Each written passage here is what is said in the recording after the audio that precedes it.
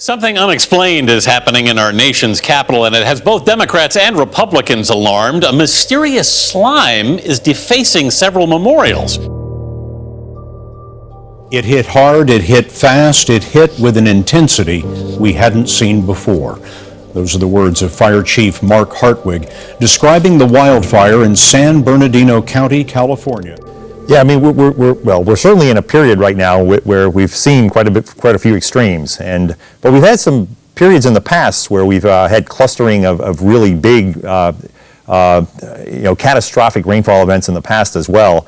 But I tell you, the last decade or so really does raise some eyebrows and very, very suspicious. And as what this means for policy implications, I mean, this is just so complex. The biggest thing was we had to continually retreat against that advancing wall of fire, and that was something that I haven't witnessed in this section ever. And in my 40 years of fighting fire, I've never seen fire behavior so extreme. Homes reduced to rubble, neighborhoods that look like war zones. Last month was the hottest ever since scientists have been keeping records. When they call the flooding in Louisiana a 1 in 500 year event, what does that effectively mean? That effectively means that you have a 0.2% of that flood, of that magnitude in that area occurring in any given year. But these numbers are losing their meaning. We've had 8 500-year events in just the last 12 months in the United States in 6 different states. So when you have eight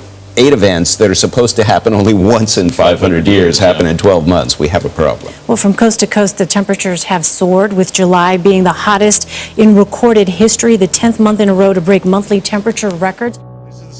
A black mass is spreading like a disease over the marble of Washington, D.C. Abraham Lincoln was the great emancipator, but so far the National Park Service hasn't been able to free the 16th President's Memorial from the slime. Between Tennessee and Ohio, on the edge it sticks out. Over there, yeah. You see that real dark spot, and it's starting to creep downward a little bit.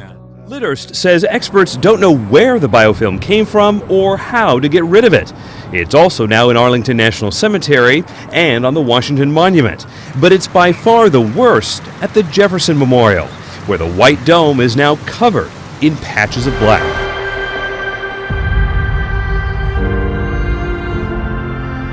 Greg Moore can still remember the good times, knowing all too well times have changed.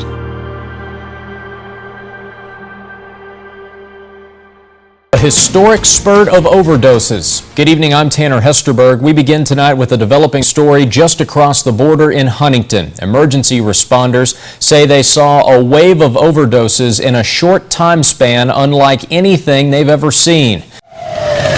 Emergency on Skid Row, one after another, individuals collapsing. And all of a sudden, this lady was on the ground with this foam coming out, just shaking. This security guard saw it happen at 5th and San Pedro. But an hour later, another one fell down out there, and then the same thing started just shaking, and Like a seizure? Yeah. Another spike afternoon. More than 20 were transported, and cases kept coming.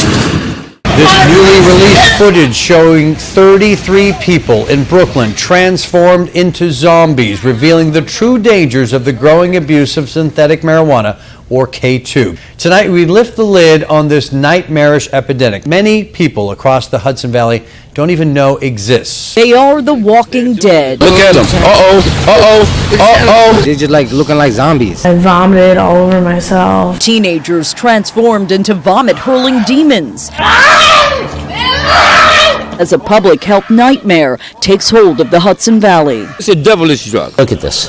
It looks like a war zone. This never-before-released body camera footage proves just how dangerous synthetic marijuana, or as it's better known, K2, can really be. No, this is not a scene from a movie. They're screaming, passed out. This is a real street corner in downtown White Plains. Ma'am, do you have any in here? No. And these are real kids in the throes of a K2 overdose, covered in vomit just a few weeks ago. Look at her. But for Commissioner David Chong, He normally talks, so this is out of character. Look at the way he's just sitting. None of this makes sense. There's just not one thing in this case that seems to make sense. 3 people stabbed, 2 fatally, by a college student on a rampage in Martin County. It is a story that has now captured the attention of the nation. Officers say they arrived at the scene to find a husband and wife killed and the suspect biting the man's face. Martin County detectives say Haroff made animal noises as he bit off pieces of John Stevens' face. They said Haroff displayed such strength that dog bites and tasers didn't affect him. It took multiple officers to subdue him. The mother told police that her son had recently been acting delusional, saying he was immortal and claiming superpowers. Sheriff believes Haruf may have been under the influence of something, though his initial drug tests have come back negative. He says the 19-year-old was making animal-like noises and had enormous amount of strength. Not responding to a dog biting, not responding to repeated stuns from a taser, taken three, 4 deputies, an officer, and a dog to get him off. That's somebody with a lot more strength than you would normally encounter. How the police had to come in, K-9 unit. This is all very dramatic stuff, very theatrical, very, out there, almost movie-like. No movie, but a true horror. Unusual amount of trauma. We have some experienced detectives. One of my detectives on this case worked homicides in New York and said it was a case as bad as he's ever seen. Deborah Christian, clinical director at Spencer Recovery Center in St. Pete Beach, says many of the dangers associated with using these drugs are still a mystery. What does that do to your brain long term? Do we even know? We don't even know. Firefighters told to remove American flags from their fire trucks. The order came from the Fire Board of Commissioners in the town of Poughkeepsie. The decision has a lot of people upset. They're seen here during a ceremony putting away the flags after they were ordered to remove them from the back of trucks. I was very disappointed when the board members that were against having the flags on the vehicles gave me the directive to have them removed. The removal order coming from the Fire Board of Commissioners. Joe Armstrong, who didn't want to talk to us, one of 3 who voted for the removal. Why can't you just tell us why you didn't vote, why you voted for the flag to be taken off? And one of the most prestigious Ivy League schools in the country has made a big change to its policies to make the school politically correct. The school says that all documents have to reflect that male and female are not the only 2 genders. There are no longer just men and women on these greens. When you get to Princeton this fall, you're not a freshman, you're now a first-year student. Our country wasn't founded by our forefathers, but by our ancestors. And mankind is gone. Now it's humanity, or just people. This seems like not relevant at all to educating kids, which is the point of Princeton, right? Well, of course. Princeton has traditionally been not conservative, but a little bit more traditional, not a hotbed of radicalism. But this is the inevitable logic of PC. This is where PC leads. This is where every higher education institution is going. This is where our public institutions are going. This is eventually our administrators and others, they cave. Because the PC diversity police, the multicultural police, the postmodern, secular, anti-traditionalites, they win, and so they just cave and say, okay, no more pronouns, no more him and her. No more pronouns.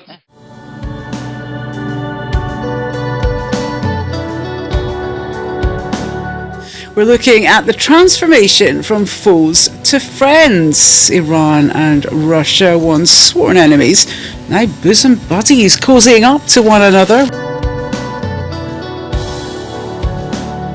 It is the first time, in fact, that Iran has allowed another state to use its military airfields since the Islamic Revolution in 1979. So for Iran, that is a major step, especially if you think that historically the relationship between Iran and Russia has not been a particularly good one. Historically, they've been enemies.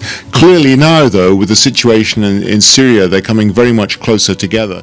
The Turkish foreign minister claims his country's considering military cooperation with Russia as NATO seems to be shying away from relations with Ankara. Earlier this month, Turkey also suggested that Russia and Turkey carry out joint operations against ISIL in Syria. Turkey also says it is negotiating with Iran on a strategy in Syria.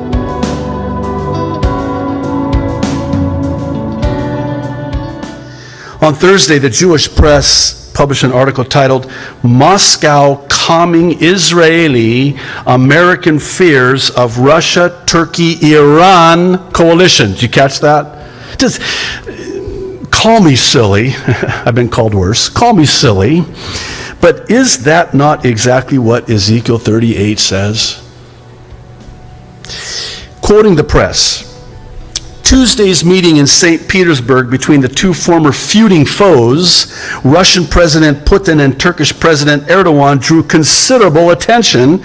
Government-run news agency TASS reported, noting that the Russian-Turkish rapprochement is coming while Russia has been expanding its relations with Iran, and Ankara and Tehran have also been bridging the gaps between them, borne by almost 4 decades of a volatile Islamic republic on Turkey's border. You know, it wasn't that long ago when we first started doing these prophecy updates back in 2006 that one of the unknowns was, how is Turkey going to get and turn this corner so they're allied with Russia and Iran? Yeah. We need to look no further than to what is happening now.